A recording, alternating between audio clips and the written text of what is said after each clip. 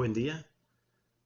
Hoy hablaremos sobre la etapa intermedia de los juicios penales.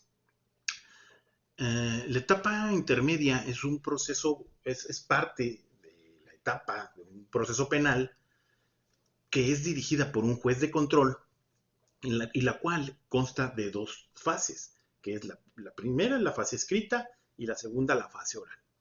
En la fase escrita se va a hacer la presentación de un escrito de acusación que elabora el Ministerio Público y en el cual desarrolla un descubrimiento probatorio, que es el mostrar todas las pruebas que se han ido este, que se han ido juntando, han sido parte de la teoría del caso.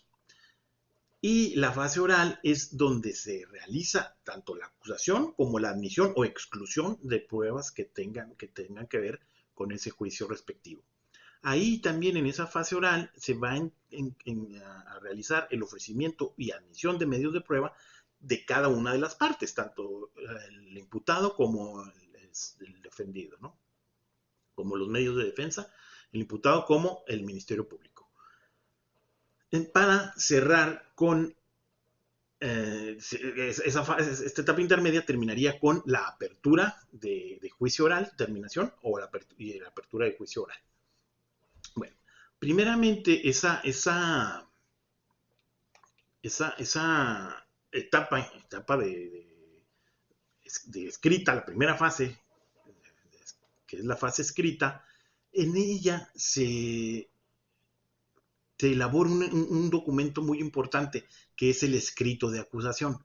Ese escrito de acusación se trata de la redacción de un documento redactado por el agente del Ministerio Público, el cual está dirigido al tribunal y aparte se hacen las respectivas copias, se entregan las respectivas copias a la parte acusada, ¿no? Todo eso. Y ese escrito de acusación tiene 13, va a incluir 13 características, entre las cuales va a estar tanto la identificación o individualización de la persona que es acusada, como la relación detallada y precisa de la participación de esa persona en el delito que se le acusa. Además, se le tiene que informar las modalidades, o sea, la modalidad o el tipo de delito del cual se le está acusando, cuál fue la participación de esa persona en el delito, si fue el autor intelectual, si fue el actor material, si fue un cómplice. Mm, Además de explicar claramente cuáles son los preceptos legales a que se refiere, ¿no? O sea, dónde está tipificado el delito, cuáles fueron los daños o los medios de prueba que se hicieron, de cómo se está elaborando el expediente.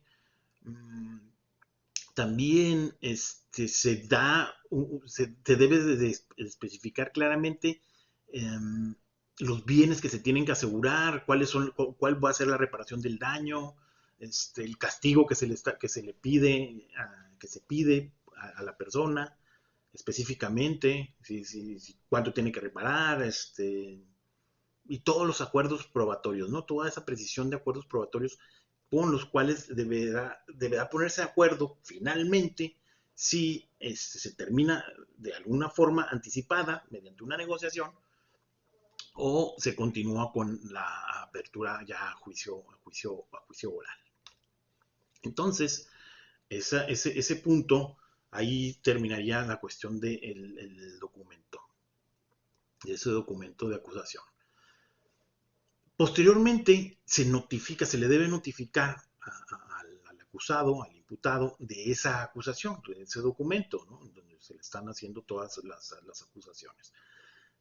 Para que se llegue a la etapa en la cual o la fase, ¿sí? O subfase, en que se hace el descubrimiento probatorio, en la cual realmente el Ministerio Público le va a estar explicando al imputado cuál es su teoría del caso, cuáles son los elementos que pretende presentar para que precisamente esa persona pueda defenderse, ¿no?